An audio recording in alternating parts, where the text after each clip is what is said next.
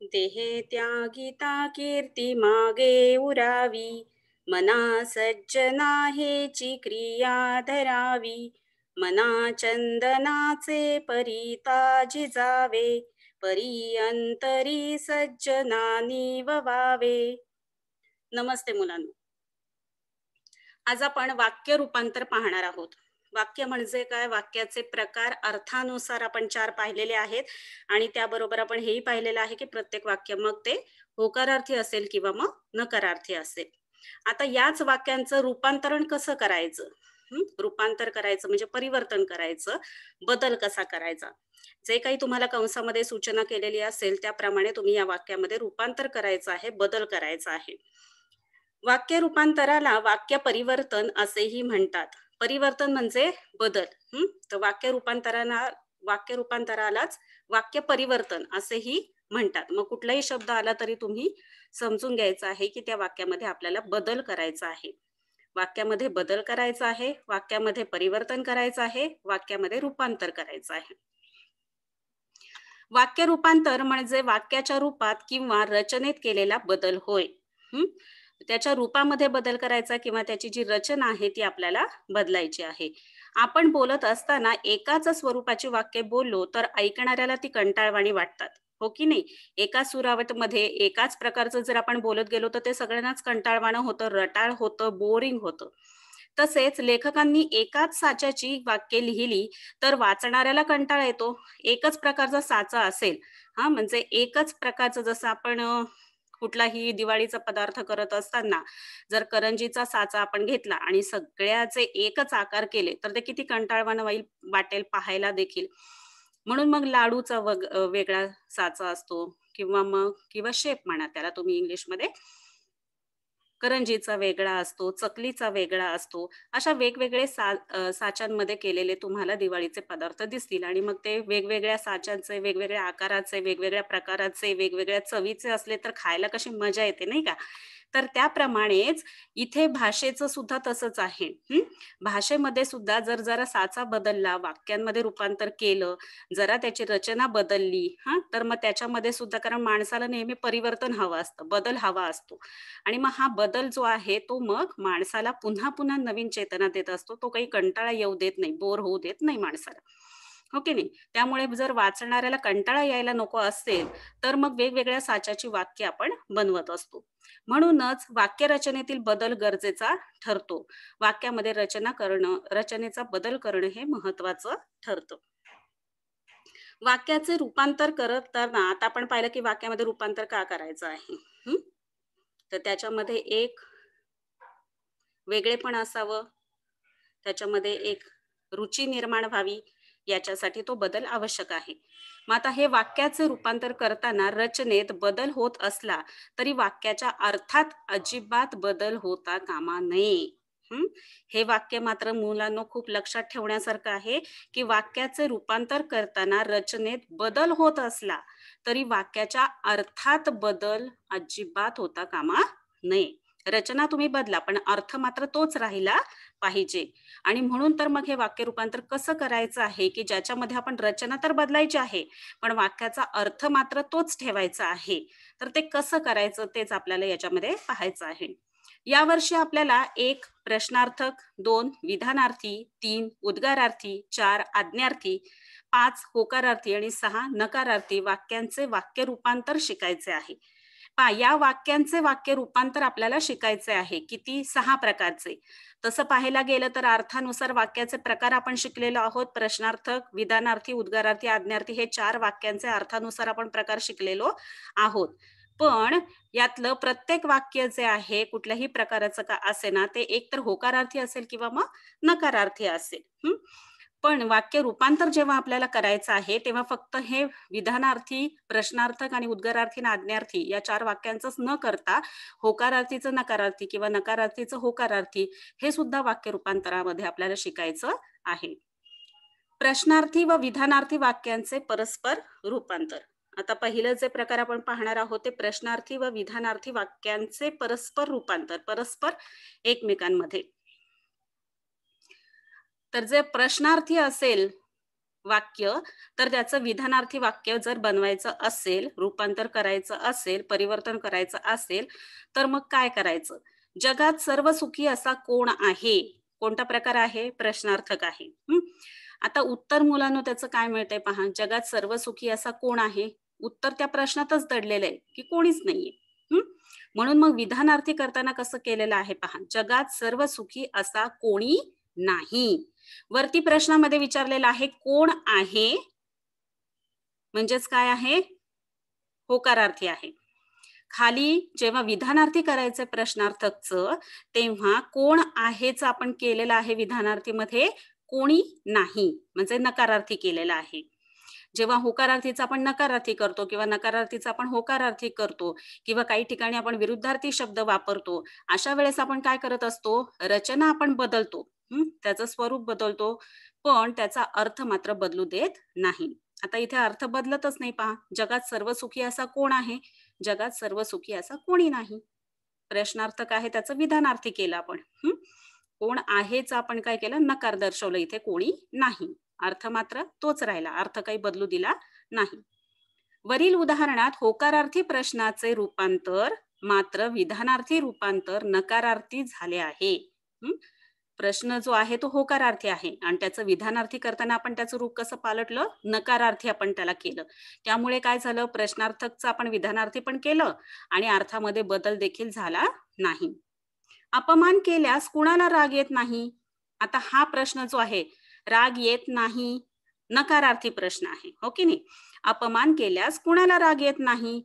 आता त्याचा आपल्याला होकारार्थी करायचंय. तर अपमान केल्यास उत्तर पहा त्याचं काय मिळतंय आणि अपमान केल्यास कुणाला राग येत नाही? म्हणजे प्रत्येकालाच राग येतो, हो की नाही? मग होकारार्थी कसं केलेलं आहे पहा. अपमान केल्यास प्रत्येकाला राग येतो.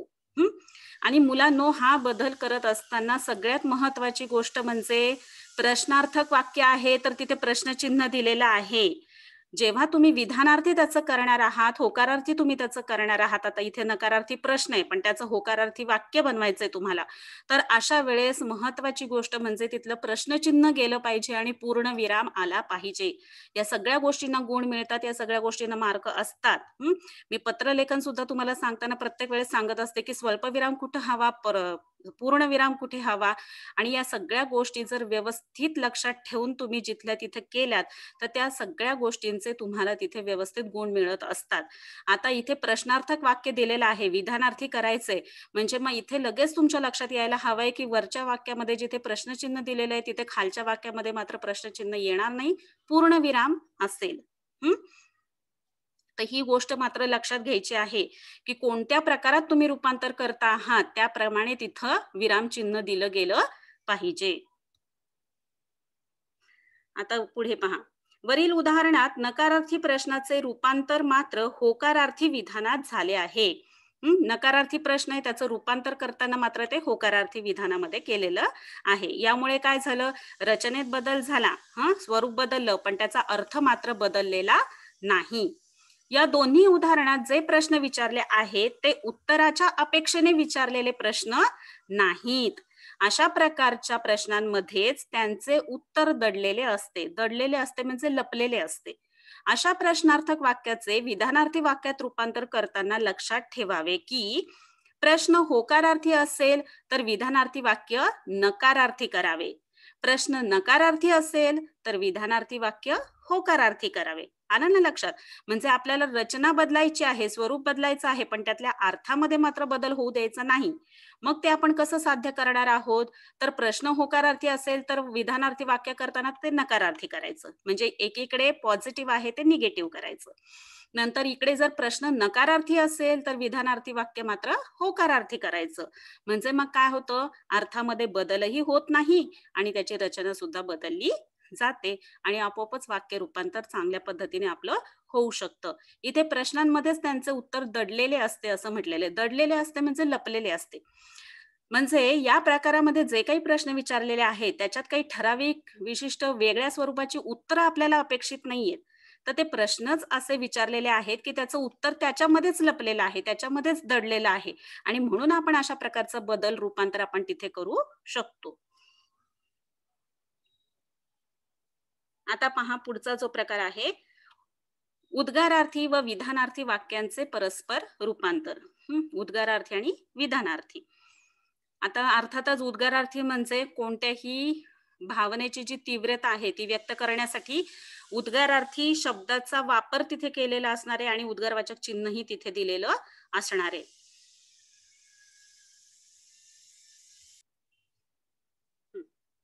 पहा, केवढी उंच इमारत ही, केवढी, हा, तर भावनेची तीव्रता दाखवण्यासाठी शब्द वापरण्यात आलेला आहे केवढी.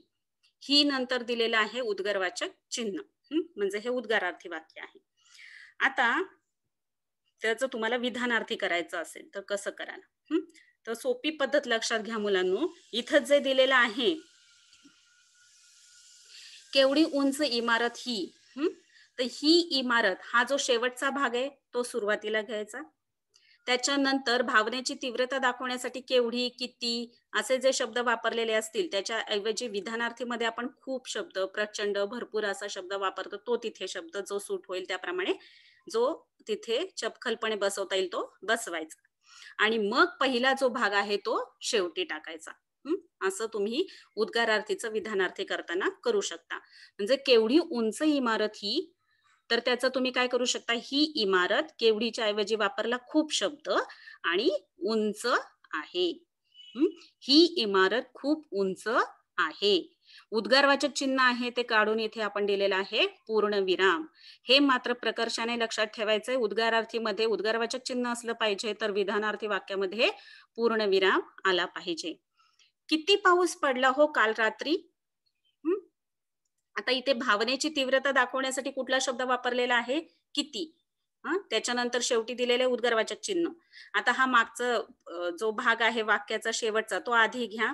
काल रात्री, कितीच्या ऐवजी वापरा खूप आणि पाऊस पडला. पहिला भाग घ्या शेवटी. काल रात्री खूप पाऊस पडला. झालं विधानार्थी वाक्य. उद्गारार्थी वाक्य अधिक परिणामकारक वाटतात कारण एखाद्या गोष्टीतील आधिक्य, आधिक्य, अधिकपणा, परिणाम, मोठी संख्या, विपुलता, विपुलता, प्रचंडता परिणामकारक रीतीने व्यक्त केलेली असते. विधानार्थी वाक्यात कोणत्या गोष्टीची विपुलता स्पष्ट करायची आहे ते स्पष्ट करावे. त्यासाठी खूप, प्रचंड, भरपूर यांसारखे शब्द वापरले जातात. म्हणजे उद्गारार्थी वाक्यामध्ये जे काही भावनेची तीव्रता दाखवण्यासाठी शब्द वापरण्यात आलेले आहेत ते काढून आपण विधानार्थी वाक्य बनवत असताना त्या जागी खूप, प्रचंड किंवा भरपूर यांसारखे शब्द वापरायचे आहेत. पुढे आहे आज्ञार्थी व विधानार्थी वाक्यांचे परस्पर रूपांतर. आता पहा, आज्ञार्थी असेल तर त्याचं विधानार्थी करायचं असेल तर उदाहरणार्थ पहा, तू चित्र काढ. आज्ञा दिलेली आहे, आज्ञार्थी वाक्य आहे. तर त्याचं विधानार्थी करताना तू चित्र काढावे. आज्ञार्थी वाक्यात आज्ञा अभिप्रेत असते, अभिप्रेत असते, अपेक्षित असते. विधानार्थी वाक्यात सरळ विधान अभिप्रेत असते. बरोबर आहे की नाही? आज्ञार्थी वाक्यामध्ये आज्ञा देणं अपेक्षित असतं. तर विधानार्थी वाक्यामध्ये मात्र सरळ साधं एक विधान अपेक्षित असतं. या परस्पर वाक्यांचे वाक्य रूपांतर करताना भावार्थ लक्षात घ्यावा. भावार्थ लक्षात घ्यावा, भाव लक्षात घ्यावा. मराठीमध्ये मुलांनो शिकत असताना वाच्यार्थ आणि भावार्थ हे फार महत्वाचे आहेत. वाच्यार्थ म्हणजे वाचता क्षणी तुम्हाला जो अर्थ लक्षात येतो तो. तर भावार्थ म्हणजे त्याच्यामध्ये दडलेला, लपलेला जो भाव आहे तो तुमच्या लक्षात येणं. आता या उदाहरणावरूनच तुम्हाला कळतंय की तू चित्र काढ, इथे आज्ञा दिलेली आहे तर तू चित्र काढावे हे विधान केलेलं आहे. हा त्यातला भाव लक्षात आला पाहिजे. अशा प्रकारे आज्ञार्थीचं तुम्ही विधानार्थी करावं की ज्याच्यामध्ये आज्ञा नाहीये. आणि विनंती सुद्धा नको मग त्याच्यामध्ये. तू चित्र काढावे. कृपया वगैरे शब्द वापरून चालणार नाही. कारण आज्ञार्थी वाक्यामध्ये विनंती सुद्धा येते. मग आज्ञा असेल, विनंती असेल तर तसं तुम्हाला विधानार्थीमध्ये वापरता येणार नाही. म्हणून तू चित्र काढावे इतकंच वाक्य विधानार्थीमध्ये बनवता येईल. आणि जर समजा विधानार्थी दिलं तू चित्र काढावे तर त्याचं आज्ञार्थी करणं पण किती सोपं आहे. आज्ञा द्यायची तू चित्र काढ. आता पुढे पहा. आता ई दिलेला आहे. होकारार्थी व नकारार्थी वाक्यांचे परस्पर रूपांतर. होकारार्थीचं नकारार्थी किंवा नकारार्थीचं होकारार्थी कसं करायचं? ₹500 ही देखील मोठी रक्कम आहे. हं, हे कुठलं वाक्य आहे? होकारार्थी. ₹500 ही देखील मोठी रक्कम आहे. आता याचं जर तुम्हाला नकारार्थी करायचं असेल, तर ₹500 ही काही लहान रक्कम नाही. काय केलेलं आहे? नाही म्हणजे नकारार्थी वाक्य केलेलं आहे आपण आणि अर्थ तर आपल्याला तिथे बदलू द्यायचा नाहीये. म्हणून आपण काय केलेलं आहे? मोठी हा जो शब्द आहे त्याचा विरुद्धार्थी शब्द लहान हा वापरलेला आहे आणि म्हणून पहा विरुद्धार्थी शब्द वापरल्यामुळे इथे वाक्याचा अर्थ अजिबात बदललेला नाही आणि शिवाय होकाराचा आपण नकार सुद्धा दर्शवलेला आहे. ₹500 ही काही लहान रक्कम नाही, म्हणजेच ती मोठी रक्कम आहे. हो की नाही? पुढे पहा. ही काही वाईट कल्पना नाही. आता हे नकारार्थी आहे. त्याचं होकारार्थी करायचं. आता तुम्हीच पटकन न पाहता विचार करून सांगू शकता. वाईटच्या ऐवजी आपण विरुद्धार्थी शब्द कुठला वापरू शकतो? चांगली. आणि नाहीच्या ठिकाणी आपल्याला वापरायचंय आहे. कारण नकार काढून आपल्याला होकार वापरायचा आहे तिथे. म्हणून ही काही वाईट कल्पना नाही. हे जे नकारार्थी वाक्य आहे, ते होकारार्थी वाक्य करताना काय येईल? ही कल्पना चांगली आहे. हं. नाहीच्या ऐवजी आहे वापरलं, होकार दर्शवलेला आहे आणि शिवाय वाईटचा आपण विरुद्धार्थी शब्द चांगली हा वापरलेला आहे. त्यामुळे अर्थामध्ये बदल झाला नाही, पण रचनेमध्ये मात्र बदल झाला आणि नकारार्थीचं आपण होकारार्थी वाक्य करू शकलो. अशा प्रकारे अर्थामध्ये बदल न करू देता तुम्ही रचना वाक्याची बदलायची आहे. हा प्रश्न जो असेल तो वाक्याचे सूचनेप्रमाणे वाक्य रूपांतर करा किंवा खालील वाक्याचे सूचनेप्रमाणे वाक्य परिवर्तन करा किंवा खालील वाक्याचे सूचनेप्रमाणे वाक्यामध्ये बदल करा. अशा प्रकारे हा प्रश्न विचारला जाऊ शकतो. आता पहा वरील उदाहरणांमध्ये मोठी विरुद्ध लहान आणि वाईट विरुद्ध चांगली असे शब्द वापरल्यामुळे वाक्याचा मूळ अर्थ बदलत नाही. आलं लक्षात मुलांनो? म्हणजे जे काही वाक्य रूपांतर तुम्ही करणार आहात त्याच्यामध्ये अर्थामध्ये बदल होऊ न देता आपल्याला त्याची रचना बदलायची आहे. याची जी काही तुम्हाला पुस्तकामध्ये किंवा मग आणखी कुठे व्याकरणाच्या पुस्तकामध्ये उदाहरणं सापडतील, ती सगळी उदाहरणं व्याकरणाच्या पुस्तकामध्ये सोडवा आणि पुस्तकामध्ये जी उदाहरणं सापडतील ती तुम्ही क्लासवर्कमध्ये वर्गपाठाच्या वहीमध्ये सोडवा. जेवढी जास्त उदाहरणं सोडवाल, प्रॅक्टिस होईल, सराव होईल, तसं तुमचा हा वाक्य रूपांतराचा जो प्रश्न आहे, तो सुद्धा पक्का होऊन जाईल. आणि हे फार सोपं आहे. इथे कोणाचेही मार्क जायला नकोत, गुण जायला नकोत परीक्षेमध्ये.